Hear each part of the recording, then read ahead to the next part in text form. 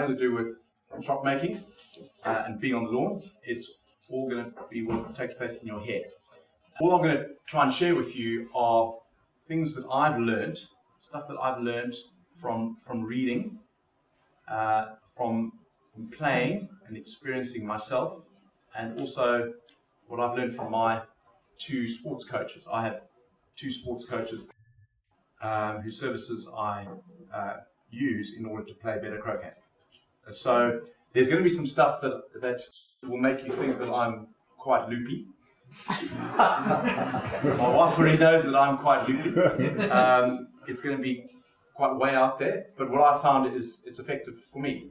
And it may well not be effective for you, but I'm going to share it with you anyway. I've structured the talk in such a way that I'm going to cover various things. I'm going to talk about practicing. I'm going to talk about preparation. And then I'm going to talk about the actual game itself, playing, and I'm going to talk about pre-play, in-play, and out of play. Okay, the 3 stages of playing a match. Okay. So I'll start off with practicing.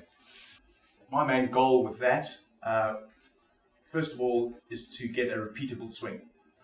And that will take a lot of time. So I do spend probably every 3rd season, I'll spend a lot of time on my swing trainer. And the purpose of spending time on my swing trainer is to get that repeatable swing. It gets very, very grooved if I can spend, perhaps 20, 30, perhaps 40 hours on my swing trainer, which I'll do at the start of one season. It does certain things. One thing it does, and this is a key thing, is to get your stance and where you stand right. And quite often, I'll find after 2 or 3 seasons, suddenly I'm starting to tilt to the one side, or my one leg has gone forward. Sometimes my aim is all cockeyed, just because your brain just starts seeing things as being straight, but they aren't actually straight. There's a great player who plays in Cairo, and some of you have seen him, but he will aim, and I'm talking about 20 degrees off, but he thinks he's aiming straight. And that is because his brain is Nelson here too also doesn't aim straight. Okay? But he thinks he does. And if you then tell Nelson, well, don't stand like that, stand like this, he'll go, well, I'm aiming wrong, and this is feeling completely uncomfortable to me. But what is a great benefit that comes from spending time on that swing trainer is your stance is then forced to be dead straight because you've got pieces of wood around you. So that's a very, very helpful thing. So the sort of practice that I do on my swing trainer is I get it out and I will spend about 3 hours each session using my swing trainer. I know George always berates me because I leave ridges along the lawn. Sorry, George. But I intersperse my shots on my swing trainer. So I take 16 shots on my swing trainer, shooting at hoop 4 from the west boundary. I'll then take 16 shots at the hoop, and then I'll take 16 shots from the peg from the east boundary. And it's incredible what sort of rates of success you can then get on your free shots at the peg. Okay. There was one session, granted it was after 4 or 5 consecutive days of this, and it was the end of my last session, but I had 63 out of 64 shots at the peg that hit from the east boundary. Now that is an incredible statistic, but I've got that, A, because I'm completely relaxed, okay? There is no pressure, but I've got an incredibly grooved swing, and that I find is quite helpful every 3 seasons or so. So I'll always go to my swing trainer. What I will say to you is even if you don't have a swing trainer, spend the time getting that repeatable swing. Now, when I say repeatable, it's when you're under pressure, you need to be able to reproduce and execute the same swing every single time. Or whether it's the start of a season, or whether you ice cold, or you are suffering from some nerves. That's what I mean by a repeatable swing. I will talk about how to create that, but it is helpful having played that a lot of times. So, a repeatable swing. The drills that I do when I practice, other than just hitting in, I would practice a 3-ball break, and I have a ball either at the peg as my pivot or on one of the boundaries. So middle of west or middle of east or a ball at the peg, and I will just play a 3-ball break. So I'll just keep going, make a hoop, rush to the ball, either at the peg or the boundary, play a little croquet shot, rush to hoop 2, make hoop 2, rush back. What's happening is I'm probably playing hoop approaches from a non-standard position, because I've had to rush there from 15 yards, 20 yards, sometimes 30 yards. So I'm sort of approaching from 5 or 6 yards away, which are the key ones to nail. There's no good practicing your 1-yard hoop approach. That's no use to nail the rod. Right? Also, you're practicing your rush shots, and they are an essential part of a good break and a good solid break. So the 2 shots that I'm really practicing are long rushes and medium length hoop approaches. What I will say is that practice makes permanent. It doesn't make perfect. If you're practicing the wrong thing, you're going to make permanent that wrong thing. So practice what is perfect. Okay. Now, what I will then come on to say is, how do you practice what is perfect? Because when you're out on the lawn, there are lawn imperfections, and you don't quite rush exactly where you intend. Okay, I'm going to start delving into the loopy stuff here. But if you twig that the brain can't really work out the difference between something that's imagined and something that has taken place in the past, you can practice quite well by just imagining it. So quite a lot of my practicing gets done when I'm lying on my bed, and I say to my wife, I want half an hour of croquet practice, please.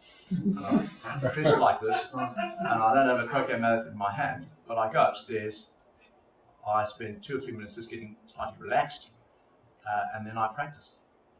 And it's very good practice, because I'm practicing what's perfect. And I'm playing all the shots in my head that are perfect.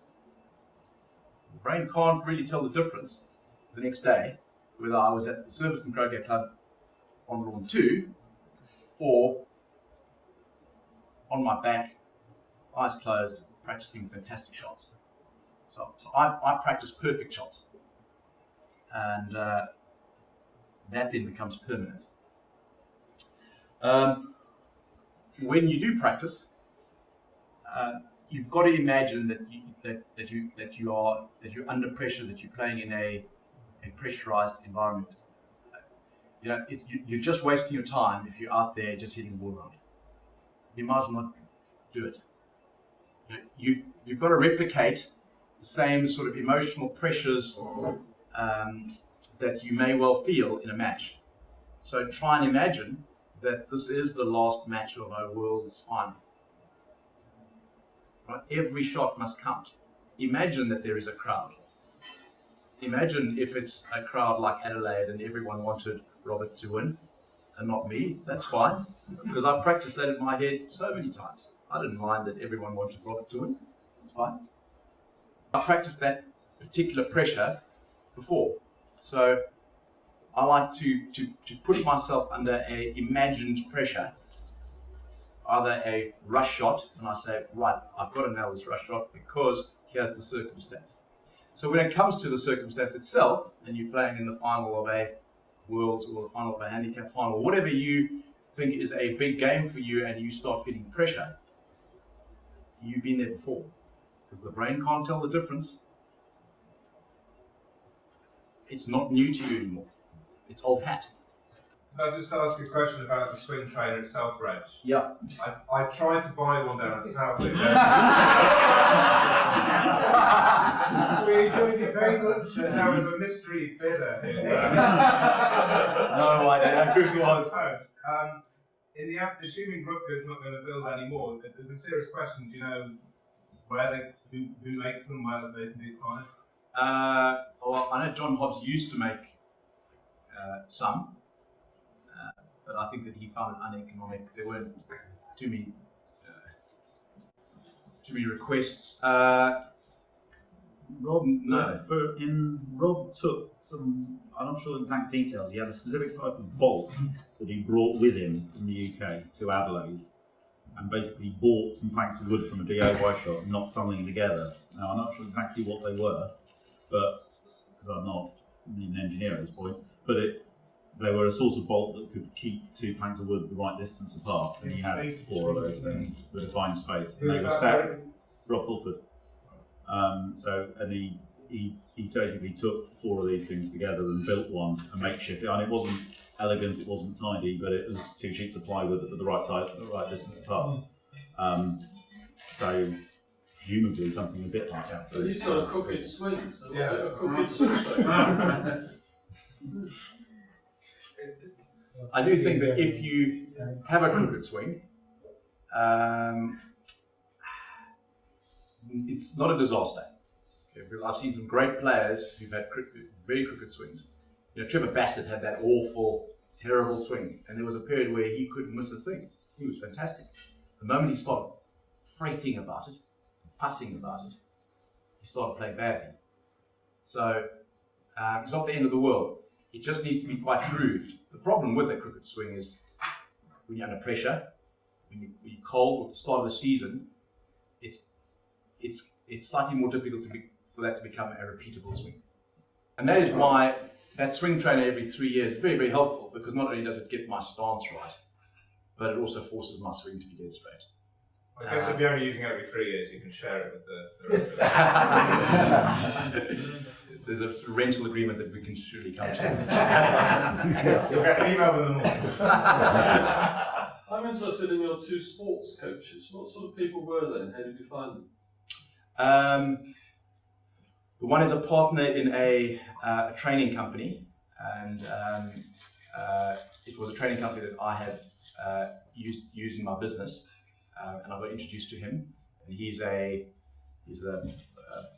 black belt karate guy, and he and his business did a lot of work with the England rugby team when they won the 2003 World Cup.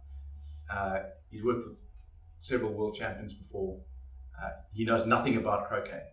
He lives in Christchurch in New Zealand and knows nothing about croquet. And when I use his services, it's not over the phone, it's all by email.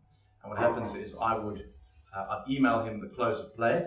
I'd say, this is what happened, this is how I'm feeling, this is what I'm fretting about, this is what I'm loving, and I go to sleep.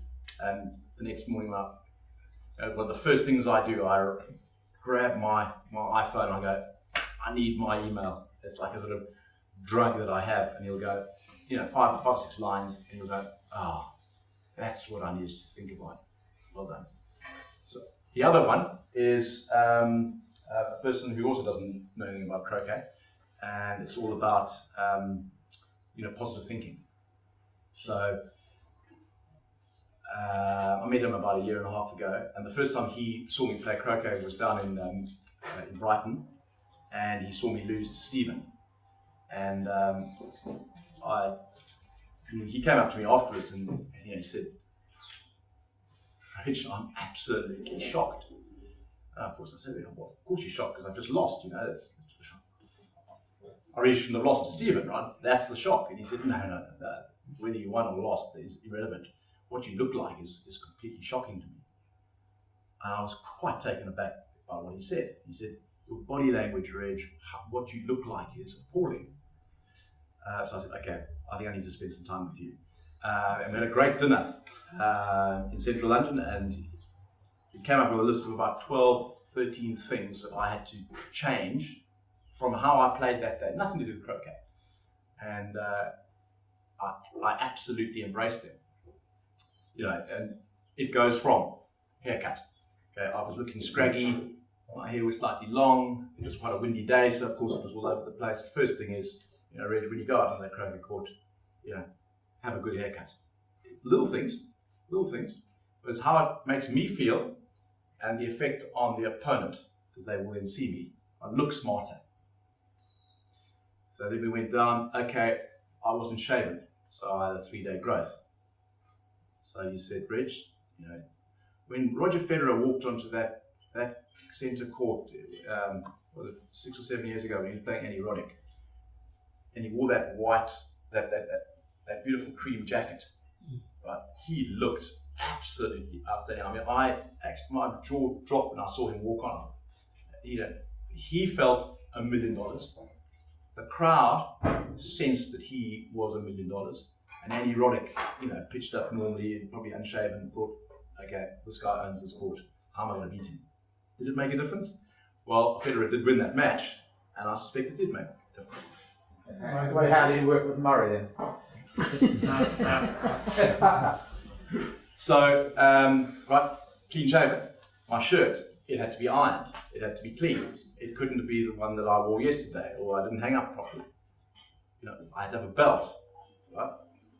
My socks had to be a certain height. My shoes had to be clean. How I walked onto a court. He said, this is how I want you to walk onto a court. This is how I want you to walk around. When you play a bad shot, Reg, don't drop your mallet like you did with hoop 3, because I saw Stephen puff out his chest. Well, I can't have that happen again. Right? So I'm not going to drop my mallet when I play a bad shot. So there were like 12 or 13 things that he came up with that made a huge difference. So 2 weeks later, I played the British Open here. So this was last year? Just here? Right? And several people came to me that first morning and said, wow, Reg, you look quite smart. And that's never happened to me before. But I had my Springbok blazer on. So I made a point of putting on my Springbok blazer as I got out the car, 15 yards away, put it on, walked in here, went to the changing room, took it off. I mean, that was what I had to do. That was what I wanted to do. And that was the impression I wanted to create, both personally, for how I felt. So I felt $1 million. Clean shaven, I looked great, I felt great, and people could see that. And I played fantastic croquet that week. It was incredible. And I ascribe quite a lot of that success to what he said in that dinner that I had with him that evening. How long do you practice for, and how often a week? In other words, what's the duration before you say the benefits fall off? Okay, well, I will probably separate the 3-yearly practice from my normal practice. Okay, my 3-yearly practice, I will probably spend it over a 2-week period, and I'll come down here maybe 3 or 4 times during that week, and each time will be 3 hours. So what's that? 12 hours a week, 2 weeks. But you're just concentrating on one thing, aren't you, really? That is primarily a single ball shot. Okay, 16 on the swing trainer, 16 at a hoop, 16 at the peg, and I carry on and I do about 8 to 10 of those circuits. The ones that the practicing that I do during a season, right? I will sometimes go to the courts during a tournament. I will probably never come here and practice without it actually being a tournament. Okay? I'll do all my practicing while flat on my back on my bed. But then during the tournament, I'll go out and I'll probably just do the 3-ball break, and then I'll hit some balls at the peg. And that sort of 3-ball break you do for? I might do for about an hour or so. And that is my final. That's my world final that I'm playing. Yeah. And there's a big crowd watching me, and it's the final break, and I've got to nail every single one of those rushes. So I'm purposely putting pressure on myself. So mental rehearsal is critical. Yeah, I'm not just faffing around and seeing what's going to happen. It's people are watching me. People are commentating. What do they say after that shot, Reg? Nice, I'm going to improve that one. Sorry, Keith. Well, I was coming back to the putting pressure on yourself when you're practicing. I remember about 10 years ago we spoke about some of the Lucy stuff that you were doing. And I remember you saying that before you went to Sonoma that year, which was the only sort of major tournament you hadn't won, but one tournament, you specifically put in place a method of actually doing the reverse when you were in the tournament. In other words, you're in the tournament, you're at the final, you did have a huge crowd, not necessarily watching, but there was a huge crowd. Possible distractions through noise and nerves. And yet you played that match in a state as though you were here to practice. Yeah, great question. So you practice like you play, and you play like you practice. So when you are playing, you cast your mind back to how you were practicing, where every shot did matter, but that is your state of mind. So I'm now playing as if there's no one watching. I've blocked out all the sounds now, because actually when you did play the break, there wasn't anyone listening and watching. So you practice as if it's a final. It's a final as if you're practicing. John Solomon used to remember two ball breaks. Do you do that? Yeah. Practice? Yeah. I mean, they're a lot more difficult. You're still playing the same shots, but you are often breaking down. It's quite helpful to be practicing things where you're not breaking down all the time. Two ball breaks still have long hoop approaches, but not much longer than a 3-ball break where you are stressing the break a bit. You're still having long rushes, but no longer than if you are playing the 3-ball break that I'm talking about. You've got that target to aim for, to do a longer 2-ball break than you did yesterday. Yes. You do the same with the 3-ball. But I do exactly the same in the 3-ball. So I go, I'm going to make a break of 200 now. So, and off you go. It's the sort of thing you can scale based on individual playing standard. You might be a 4-ball break with the pivot stays in a corner somewhere or whatever, but something that you can focus on, but not. You don't want to practice something that you're going to make 2 hoops and fail all the time, because that's the wrong sort of thing to get in your head. But equally, don't practice something that you can do all day, all night with your eyes shut, because you will just lose. It becomes a waste of time, really. That's absolutely right. You mustn't practice failing. Yeah. I also think that you're more likely to be facing a 3-ball break or 4-ball break in a match situation than a 2-ball break.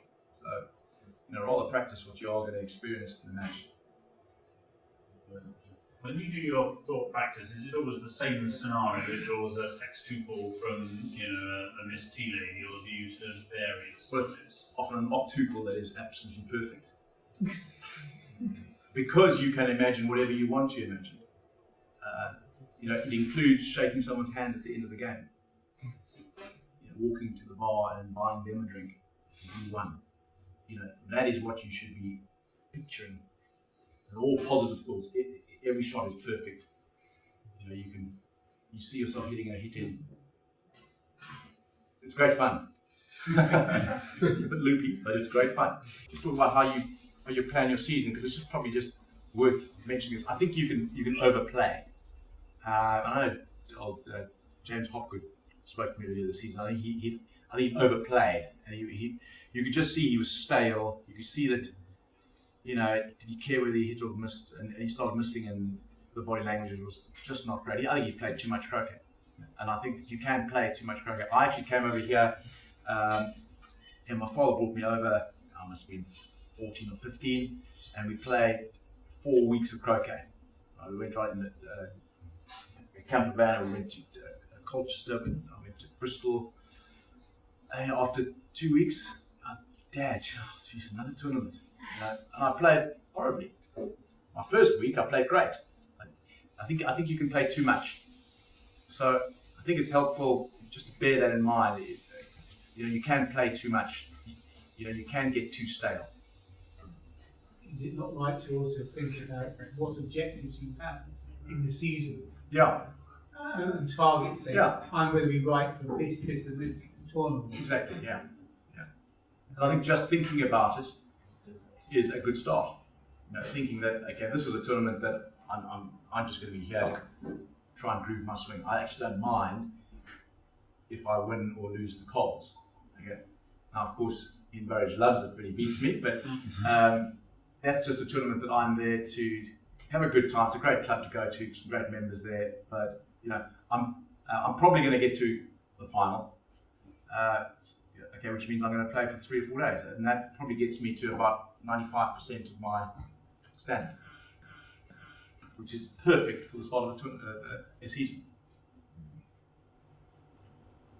Probably doesn't help that I've got 2 young kids now, 2 young boys. I've got to take them to rugby on a Sunday morning, so I can't play too many tournaments these days. So I do have to pick my ones that I do play. Okay, I'm going to talk about labeling.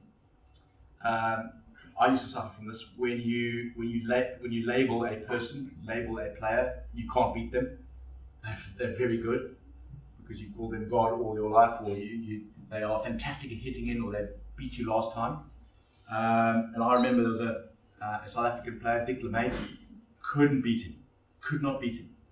Better handicap, I was a better player and couldn't beat him. And I fluked some hit in, bounced off a worm cast and hit the wrong ball, and I won. He never beat me again. But I was suffering from labeling him as this person I couldn't beat. And that's not good. So there are some things that you can do.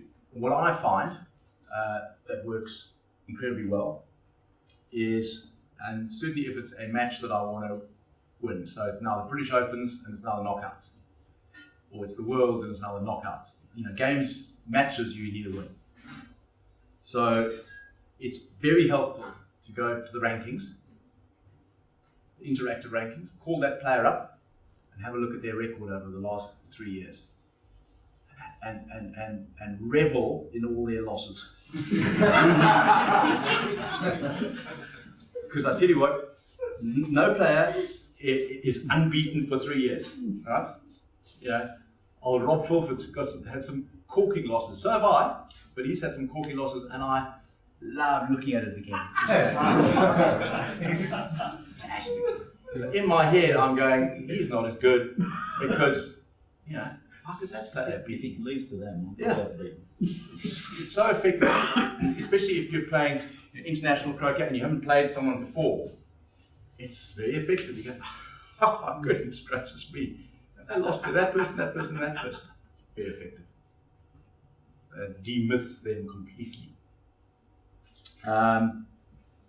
You can also think of an imperfection in them. So their hair, their weight, their size, how they dress, the pimple on their nose, whatever it is.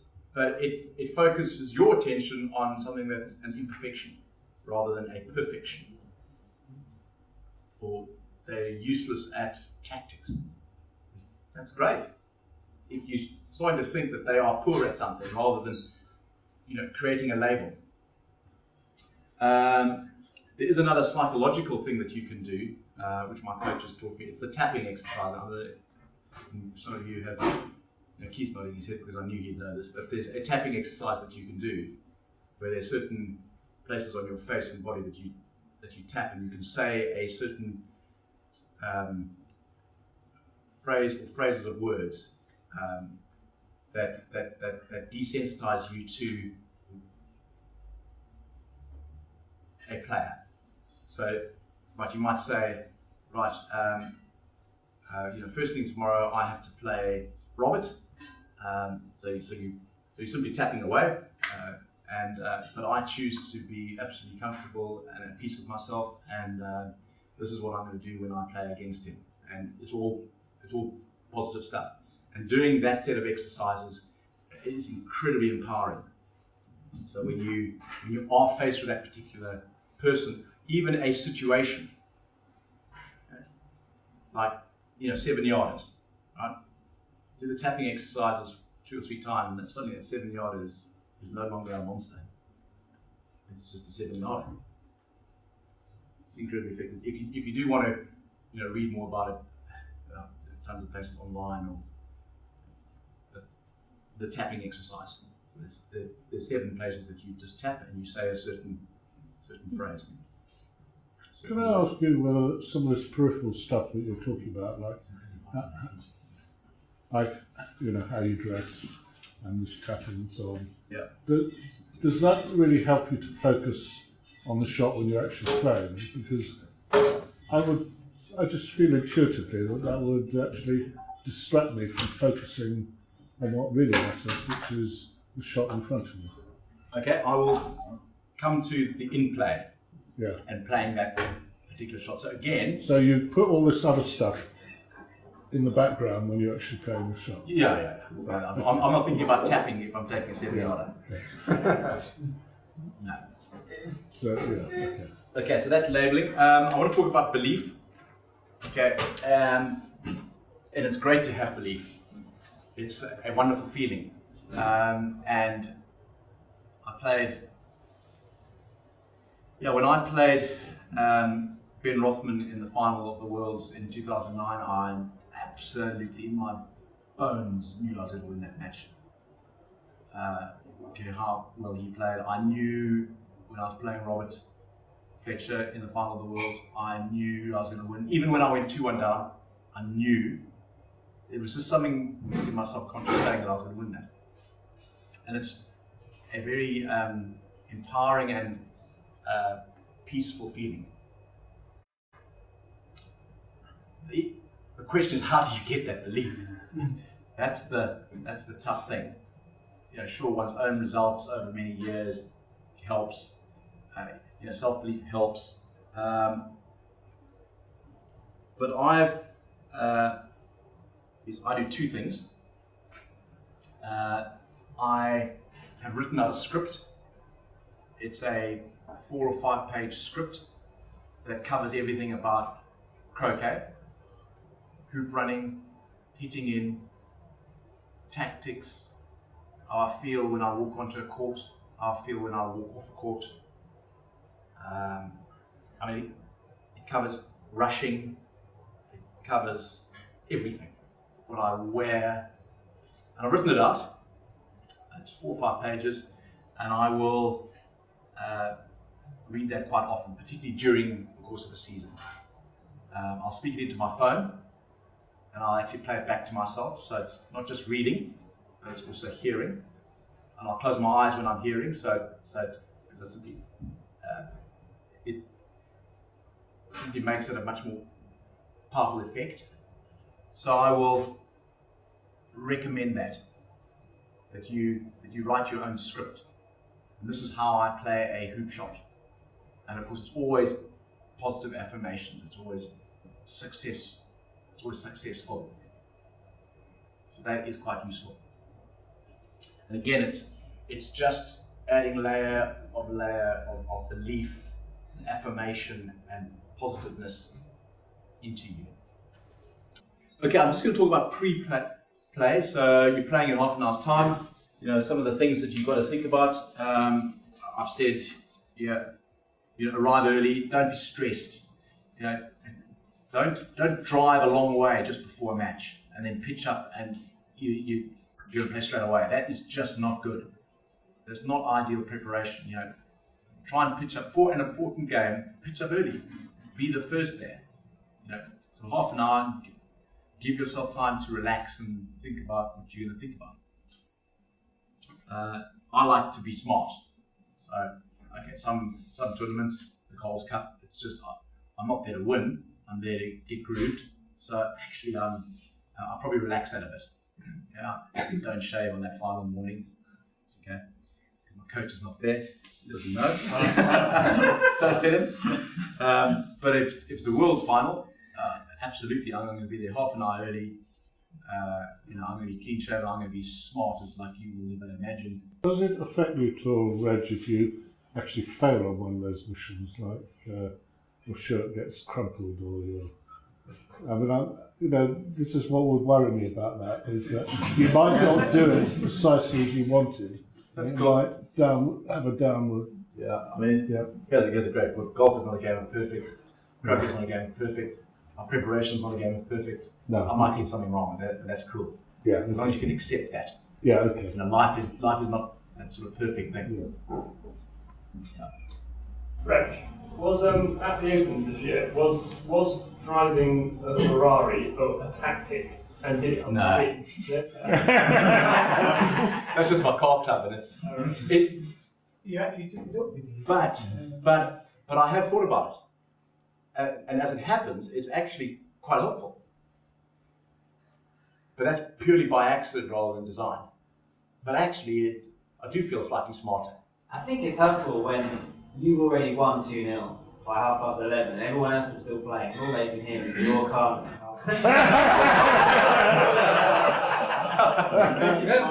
Okay. Some people think I've got a fleet of these smart cars, and I'm not going to disabuse them of that notion. But no, look, that's completely by accident. As it happened, that one British Open here, the car I had, it was a Bentley or whatever. I felt $1 million. Right? Of course, it's not my car, and it's costing me a bloody fortune. My wife's cursing me every time she sees these things. But as it happened, I was thinking, I'm in my Springboard Blazer, I'm Bentley. It helps. But it's actually by accident. I certainly didn't join the car club because of that. I just needed a car to drive. It's either that or the car. I'm just stating the obvious here. Don't drink and drive. I.e., don't drink before a tournament, and then don't drive just before a match. Get some proper sleep. I've played some very poor croquet. Having practiced all these things, I pitch up, but I've had little sleep, or I've had 3 glasses of wine. It doesn't help. So if you have 6 glasses of wine and you've got a hangover and you play badly, if you have 1 glass, you've got 1/6 of that hangover. So why have 1/6 of the hangover? Have no hangover at all. Is that the Beverton scale? Would James Death agree? James is one of those sort of special characters that seem to play better and better after more than their pints. To a limit. Yeah, probably a bell curve.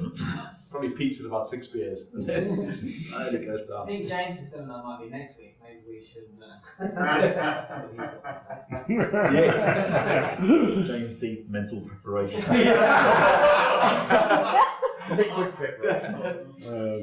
Okay.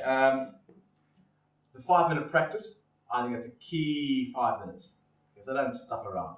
Don't make that a key moment, because what's going to happen is either third turn or fourth turn you're going to face a key shot, and that is a key. You've got to hit it.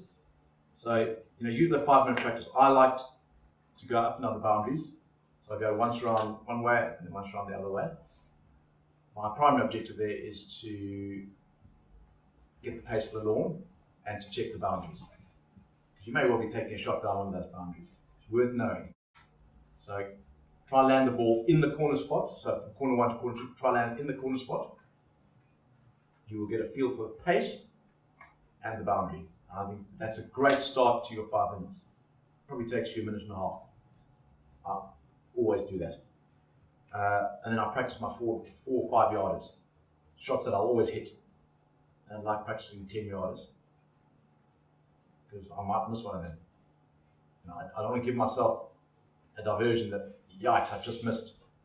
If you just miss one of those and suddenly you hit a duff at Tice, 10 yards, and you're thinking, I've just missed one. Where's this one going to go? If you hit 4 or 5 yarders and you're hitting them, 20 of them, it's a great feeling. I'm unstoppable today. Yeah, 4 yard. Nelson, you can do a 2 yarder, but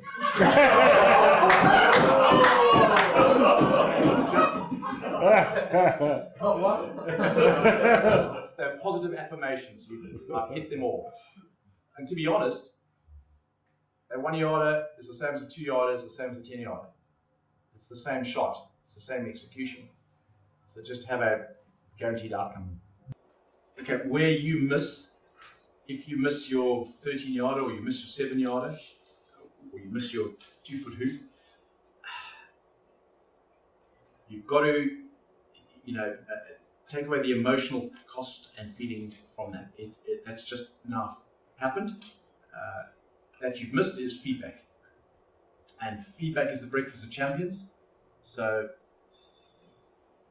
say thank you. I've now got some feedback. The first couple of times you're probably thinking, I'm not thanking anyone here. I just missed. Thank you. So that was some feedback I missed. So what happened? Okay, fine. Next thing, I'll just move on. Click on the hoop, go off the court, and it's the last thing you're thinking about. You're not thinking about that miss anymore. It's just feedback. The key thing here is how you play that shot. Right? So it's, I think, important to have a sequence of events, of things that you say and think. But at the end of the day, you're focusing on a process. It's how do you replicate your repeatable swing without the diversions. All you're thinking about is that repeatable swing. So you say your trigger word, you go through exactly the same steps to go and play that shot. It's a 7-yarder or a 1-yarder or 30-yarder, it doesn't matter. Your shot must be the same. So you have exactly the same sequence of things to do, whether it's a 7-yarder into the corner without even a shot being taken, or there's a 7-yarder that you have to hit. Why is it any difference if it's a 7-yarder or a 30-yarder? You know, some people have kind of different shots because it's a 7-yarder, so they get hit slightly softer. Well, I'm bemused by that because it's just a shot. You've got to focus on your process, not on the outcome. The outcome is irrelevant. It's only feedback. Do you not think there is also something that, because it is a 9-yarder and it's a double dice, you hit it because you know what it is, and when you have a 9-yarder elsewhere in the game, you haven't got that repeatability because you've done it, you've practiced it that much more. It becomes a bigger shot. The ideal, David, is if you approach that duffer dice the same way that you do a shot in the middle of a break where there's no one watching and you're just practicing. That is what you've got to get to. So you've got to disassociate the outcome of the shot. To me, it's irrelevant. It's how I'm going to play the shot. So what am I going to think afterwards? Hit or miss, whether I played a great shot or not. Because actually whether I hit or not is largely irrelevant. It's, I wonder what I'm going to think when I think about what I've just played. That's what I'm focusing on. I'm just focusing on my execution of the shot. So the pressure of a world final, or that someone's watching your backswing, or Chris Clark is commentating, it's irrelevant. Why is it relevant? It's only what you choose to make relevant. What I choose to make relevant is my shot.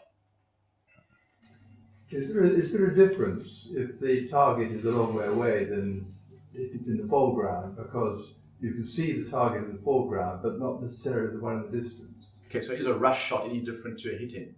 Yeah, I'm thinking of hitting another ball 20 yards away as distinct to one that's 5 yards away. 5 yards away, it's still within your vision, but 20 yards away, you might have to put your head up to have a look, see where it is. Should you play a different shot? So a different swing, different stance? Well, I'm conscious of putting my head up to have a look and see where the ball is, whereas I don't with the shorter shots. Okay, well, I think you should have exactly the same shot. So you've got to focus so intensely in practice on executing your shot. That's all you've got to focus on. Whether it's a 5-yarder or a 55-yarder, doesn't matter. It's about playing that shot. Let me just talk about weather, okay? Because it's one of those things that you put into the.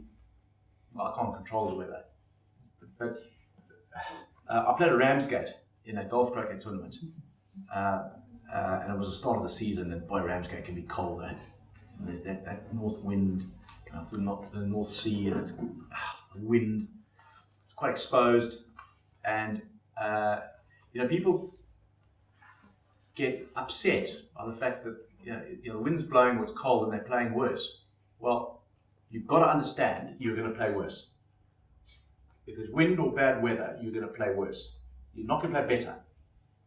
So I love bad weather because I know that all I do is I play better than my opponent does because I handle it better.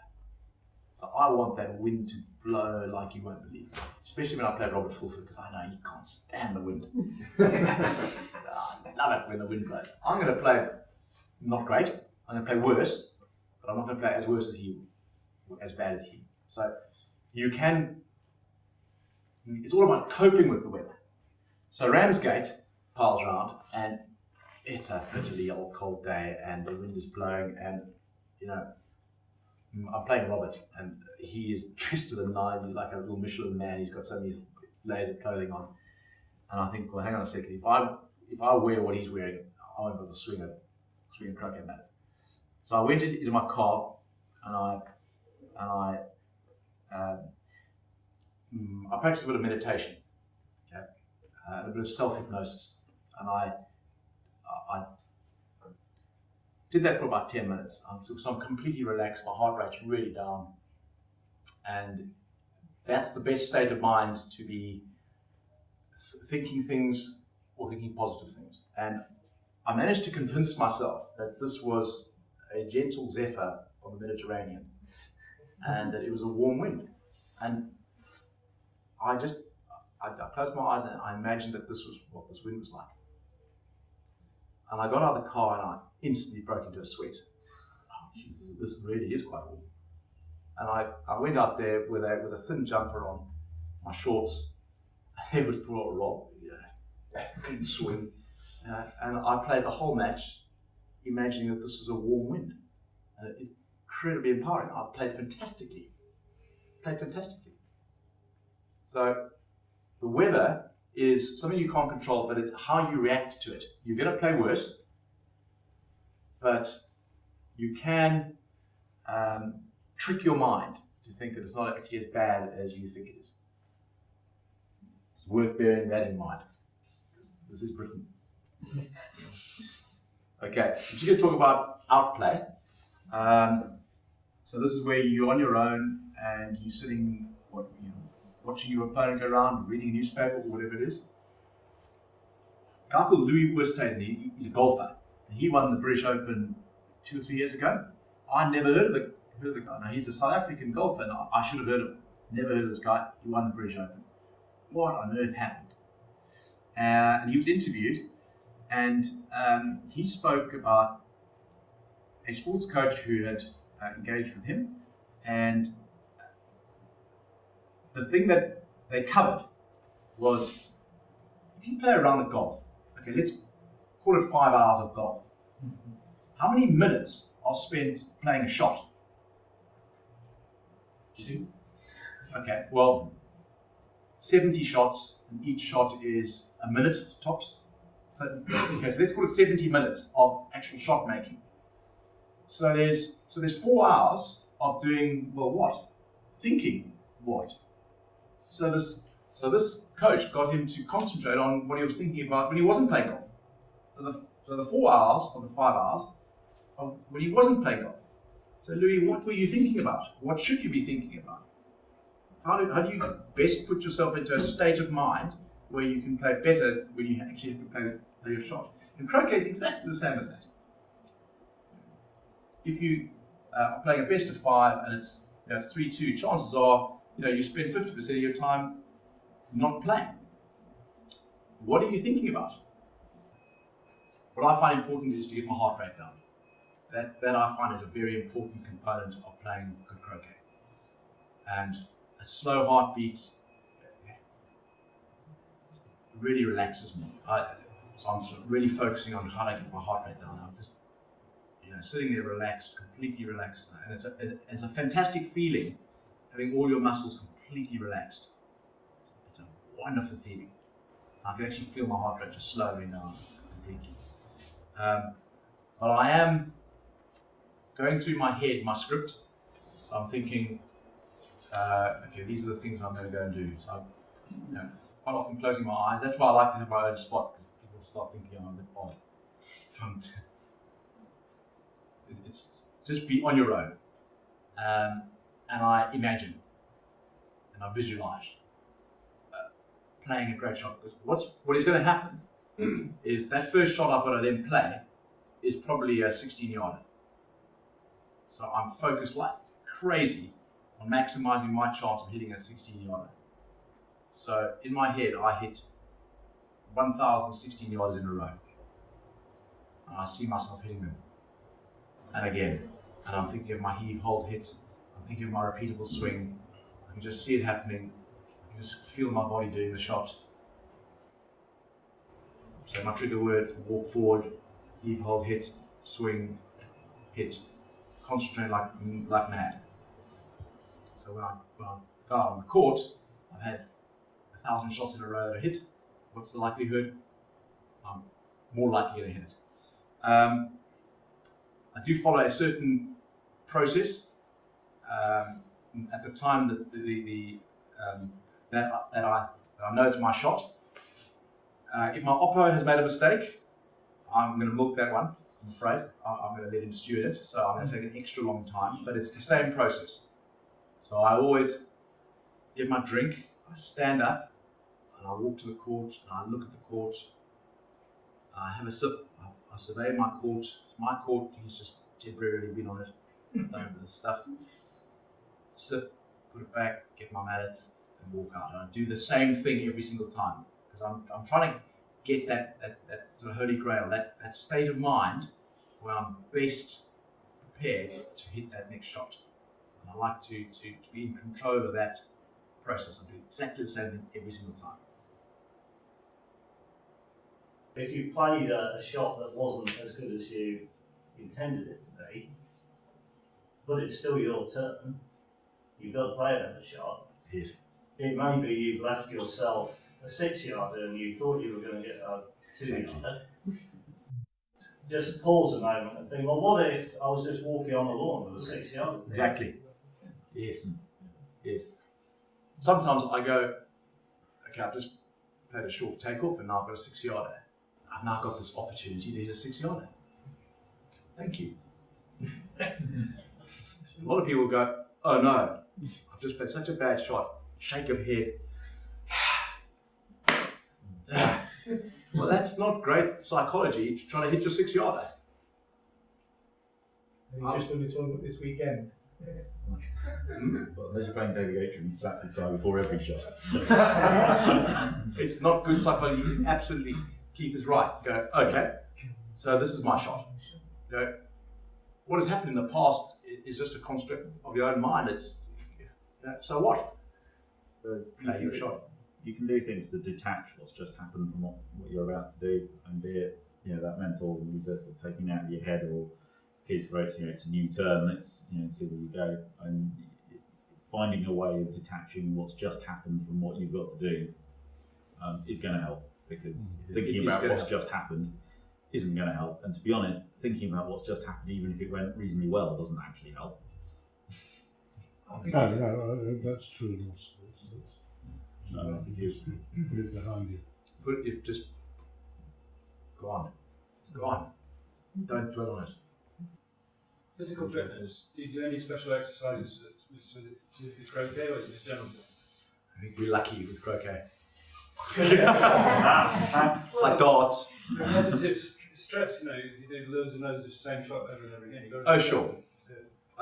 I do like to stretch my wrists and my fingers. But being physically fit, I'm actually reading a book on Full the Power Taylor. What a darts player! Fantastic record. He's no, bronze Adonis. He's quite fat now, but he's a great darts player. Croquet is one of those games where fitness doesn't matter. I think once diet, just before and during a game, I think that can definitely be improved. I certainly don't approve of drinking a can of Coke and eating a Mars bar is a good thing during a croquet game, because you're going to get spikes of sugar and that sort of stuff. So my one coach has talked me through what I should be eating 2 hours before a game and during the game. I think that does matter. And then I've just stretching your fingers and your wrists. But being fit, I don't know whether that's a lot of tournaments I've won and I haven't been fit. That's it. Thank you.